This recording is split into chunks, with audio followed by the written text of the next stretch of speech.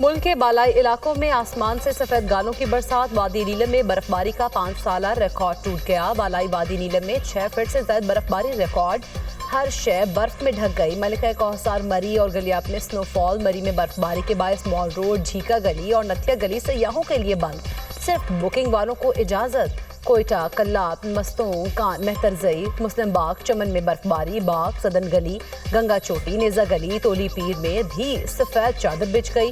متعدد رابطہ شاہراہی بلاک، نانگا پربت اور بابو سر ٹاپ پر 10 فٹ سے زائد برف پڑ چکی ہے۔ ہر شے منجمد، معمولات زندگی بری طرح متاثر۔ خوراک اور ادویاتی قلت، ناران، کاغان، کالام اور چترال میں سڑکیں بند ہونے کا خدشہ۔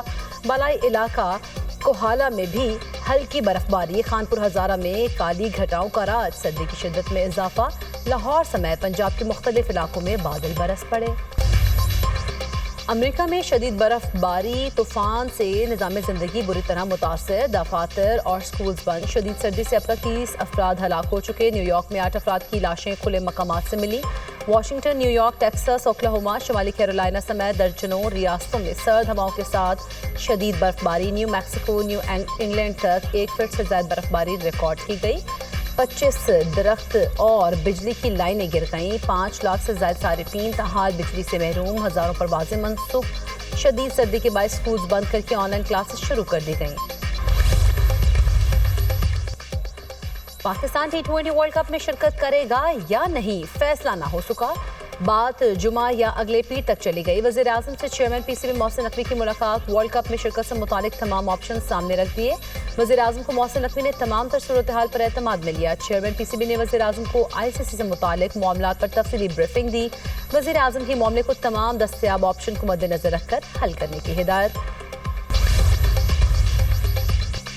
ICC نے بنگلہ دیش کے صحافیوں کی تمام ایکریڈیشن درخواستیں مسترد کر دی۔ بنگلہ دیش کے صحافیوں کو T20 ورلڈ کپ کی کوریج کی اجازت نہ مل سکی۔ تقریباً 130 سے 150 بنگلہ دیشی صحافیوں کو ایونٹ کی کوریج کے لیے ایکریڈیشن دینے سے انکار کر دیا گیا۔ بنگلہ دیش کرکٹ بورڈ کی میڈیا کمیٹی کے چیئرمین نے بھی تصدیق کر دی۔ کراچی میں سیاسی ہلچل، MQM اور سندھ حکومت کے درمیان اختلافات شدت اختیار کر گئے۔ MQM پاکستان کے وفاقی وزراء، اراکین اسمبلی اور رہنماؤں کی سیکیورٹی واپس لے لی گئی۔ وفاقی وزیر خالد مقبول صدیقی، مصطفیٰ کمال، امین الحق، فاروق ستار، انیس قائم خانی بھی سیکیورٹی سے محروم ہو گئے۔ سندھ اسمبلی میں اپوزیشن لیڈر علی خورشیدی کی سیکیورٹی بھی واپس لے لی گئی۔ صوبائی وزارت داخلہ نے سیکیورٹی اہلکاروں کو فوری واپس آنے کی ہدایت کر دی۔ MQM رہنما شام 4 بجے پریس کانفرنس کریں گے۔ MQM کے وزراء اور اراکین اسمبلی نے سانحہ گل پلازا پر حکومت کو تنقید کا نشانہ بنایا تھا۔ جنوبی ایشیا میں عدم استحکام کی بنیادی وجہ بھارت کا کشمیر پر غیر قانونی قبضہ ہے۔ کشمیریوں پر مظالم سے بھارت پائیدار امن کو خطرے میں ڈال رہا ہے۔ گزشتہ سال مئی کے تنازع نے اس حقیقت کو واضح کر دیا۔ پاکستان کے مستقل مندوب عاصم افتخار کا سلامتی کونسل کی مباحثے میں خطاب، کہا بھارت نے پاکستانی خود مختاری کی خلاف ورزی کر کے جارحیت کا ارتکاب کیا۔ پاکستانی رد عمل نے واضح کر دیا جبر کسی طور پر قبول نہیں۔ بھارت کی جانب سے سندھ طاس معاہدے کی معطلی عالمی ذمہ داریوں کی خلاف ورزی ہے۔ یہ اقدام لاکھوں افراد کی زندگیوں اور روزگار کو خطرے میں ڈالتا ہے۔ پاکستان پانی اور دیگر قدرتی وسائل کو ہتھیار بنانے کے عمل کو مسترد کرتا ہے۔ معاہدوں کی پاسداری بین الاقوامی قانونی نظام کی بنیاد ہے۔ اقوام متحدہ اپنی قراردادوں پر عمل کے لیے مناسب میکانزم وضع کرے۔ صدر مملکت 4 روزہ سرکاری دورے پر ابوظہبی میں موجود۔ UAE کے وزیر انصاف عبداللہ بن سلطان نے آصف علی زرداری کا استقبال کیا۔ خاتون اول آصفہ بھٹو اور وزیر داخلہ محسن نقوی بھی صدر کے ہمراہ۔ دورے کے دوران صدر زرداری UAE کی قیادت سے دو طرفہ تعلقات کے تمام پہلوؤں کا جائزہ لیں گے۔ تجارت، اقتصادی شراکت داری، دفاع، سلامتی اور عوامی روابط کے فروغ پر تبادلہ خیال ہوگا۔ اوورسیز پاکستانیوں کی ملکیتی حقوق کا مکمل تحفظ کیا جائے گا۔ شکایت پر DC اسلام آباد 7 روز کے لیے اندر فیصلہ کرنے کا پابند ہوگا۔ وزیر داخلہ محسن نقوی کا ایکس پر پیغام، کہا کسی کو بھی اوورسیز پاکستانیوں کی ملکیت پر قبضہ کرنے کی اجازت نہیں دی جائے گی۔ اسلام آباد میں سرمایہ کاری خوش آئند اور قابل قدر ہے۔ ہم محفوظ اور سرمایہ کار دوست ماحول فراہم کریں گے۔ اوورسیز پاکستانیوں کے اثاثوں کے تحفظ کے لیے تیز، شفاف اور مؤثر کارروائی کو یقینی بنایا جائے گا۔ کراچی گل پلازا میں سرچنگ آپریشن اور ملبہ اٹھانے کا کام بند، متاثرہ عمارت کو SBCA کے حوالے کر دیا۔ ضلع انتظامیہ کا کہنا ہے کہ SBCA کے ماہرین عمارت کو گرانے کے حوالے سے فیصلہ کریں گے۔ سانحہ گل پلازا میں جاں بحق افراد کی تعداد 74 ہو گئی۔ پولیس سرجن ڈاکٹر سمیہ کے مطابق 24 افراد کی شناخت ہو چکی ہے۔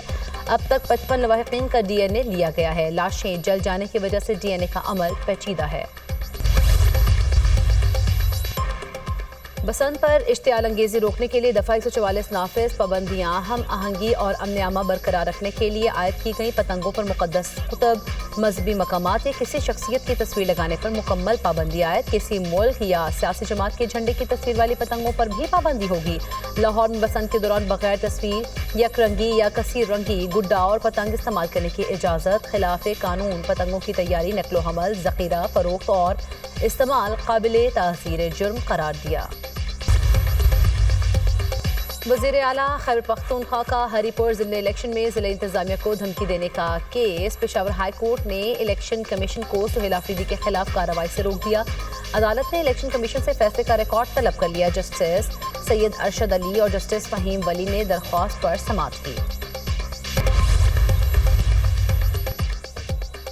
ملک کے مختلف شہروں میں ٹریفک حادثات میں 11 افراد جان کی بازی ہار گئے۔ بلوچستان کے ضلع چاغی میں ٹریفک حادثہ، خواتین اور بچوں سمیت 7 افراد جاں بحق، 2 زخمی ہو گئے۔ ادھر سوابی میں اسلام آباد موٹر وے پر کئی گاڑیاں آپس میں ٹکرا گئیں، 2 افراد جاں بحق، 10 زخمی۔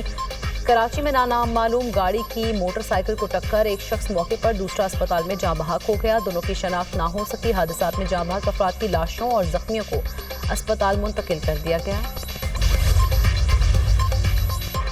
ایمان مزاری اور ہادی علی چٹھا کی گرفتاری اور پیشی کے وقت وکلاء کے ساتھ نامناسب رویہ۔ اسلام آباد ہائی کورٹ بار ایسوسی ایشن کی آج بھی ہڑتال، وکلاء آج بھی عدالتوں میں پیش نہیں ہو رہے۔ مشرق وسطی میں ایک بار پھر کشیدگی میں اضافہ، امریکی طیارہ بردار بحری بیڑا ابراہم لنکن مشرق وسطی پہنچ گیا۔ امریکی میڈیا کا کہنا ہے کہ صدر ٹرمپ ایران پر ممکنہ فوجی کارروائی کے مختلف آپشنز کا جائزہ لے رہے ہیں۔